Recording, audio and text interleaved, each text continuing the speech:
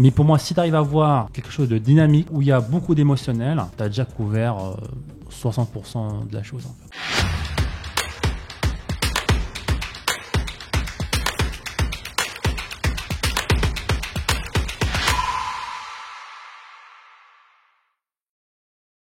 Est-ce que tu as une question pour nous Ouais, mais j'en ai plusieurs. Après, ça va prendre des heures peut-être. Non, vas-y, on est là. Hein. Ok, moi je me demandais, c'est quoi pour vous une bonne créa, vraiment une bonne créa? C'est pas juste une créa, mais qu'est-ce qui fait qu'une créa va faire du résultat ou pas? Alors, ça dépend un petit peu de la plateforme. Ouais. Sur quelle channel tu vas la distribuer, entre TikTok et Facebook. Mais en général, il y a des choses qui vont revenir le plus. Pour moi, c'est dynamique.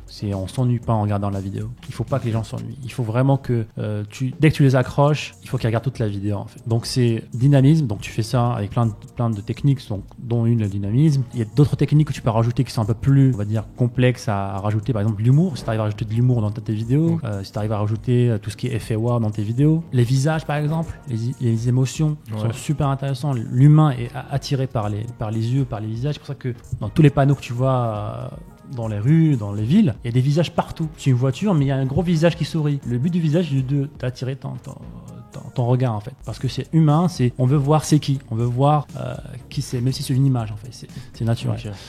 Après, on peut en parler pendant des heures et des heures parce que c'est très grand comme sujet. Mais pour moi, si tu arrives à voir quelque chose de dynamique où il y a beaucoup d'émotionnel, tu as déjà couvert 60% de la chose. Ok. Ouais, mais je pense aussi il y a deux aspects. Je pense tu vas avoir le fond et la forme. Forcément. Tu as toujours la forme d'une créa, d'une créative, donc l'aspect ok, combien de temps ça va durer, donc là clairement la tendance c'est que ce soit de plus en plus court, ce qui suit un petit peu l'attention des gens qui est de plus en plus courte, donc là avant où je t'aurais dit 45-50 secondes, maintenant limite je vais te dire 20-30 secondes, tu vois, en moyenne dans les créatives, donc ça c'est plus la forme avec ce que disait Sad, et bien entendu le hook, ça c'est les bases, mais le hook qui est devenu, c'était déjà le cas depuis toujours, mais là c'est vraiment tes premières 1-2 secondes, tu captes pas la personne, tu l'as perdu.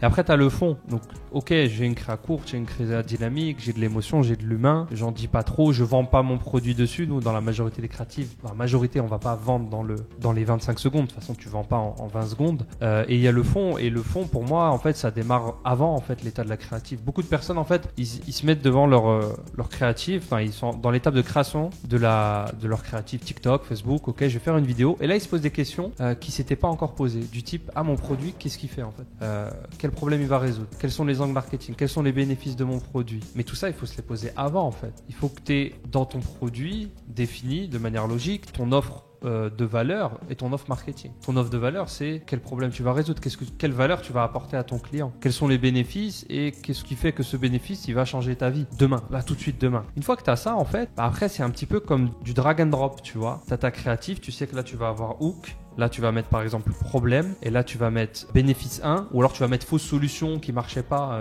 les concurrents genre. Et ensuite, tu mets bénéfice 1, 2 et une sorte de en savoir plus. Et en fait, tu dragues en fait. Une fois que tu connais tout ça, en fait, tu fais des petits hop. Et puis la créative numéro 2, au lieu de commencer par le problème, tu vas commencer par le bénéfice 1, puis le problème et tu dragues. Donc en fait, une fois que tu arrives à la créative, à part l'aspect forme qui va être fait par quelqu'un qui sait manier les logiciels, toi, ton rôle, c'est de faire des sortes de scripts comme ça où tu bouges juste des éléments. Tu dois rien, il n'y a pas de phase de recherche quand tu arrives à la créative. Ça, c'est avant. Et je pense que la majorité des gens font leur recherche à la fin. En fait. Et beaucoup se rendent compte que, zut, Adam, j'arrive pas à trouver de bonne offre de valeur pour mon produit, en fait. Il n'y a rien dans ma créative. C'est peut-être que ton produit, il offre aucune valeur dans ta niche. Et le pire, c'est qu'il lance quand même ce produit parce que, je suis arrivé jusqu'à là quand même, je vais lancer mon produit. Ça marche pas. Et au final, il dit, je le savais que ça allait pas marcher. Je savais.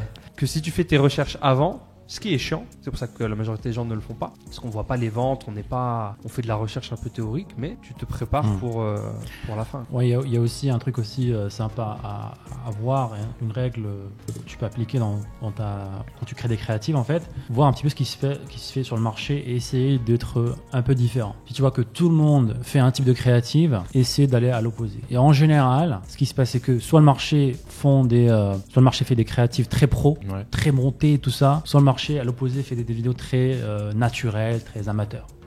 Donc Et c'est c'est un équilibre en fait. À chaque fois, ça va d'un extrême à l'autre en fait. Donc quand tu vois le marché va dans une direction, on va dans l'autre. Pourquoi? Parce que tout simplement, on est dans une guerre d'attention. Et ce qui est différent, attire l'attention. Donc si tu arrives à avoir ce petit touche là en plus, ça peut être un avantage.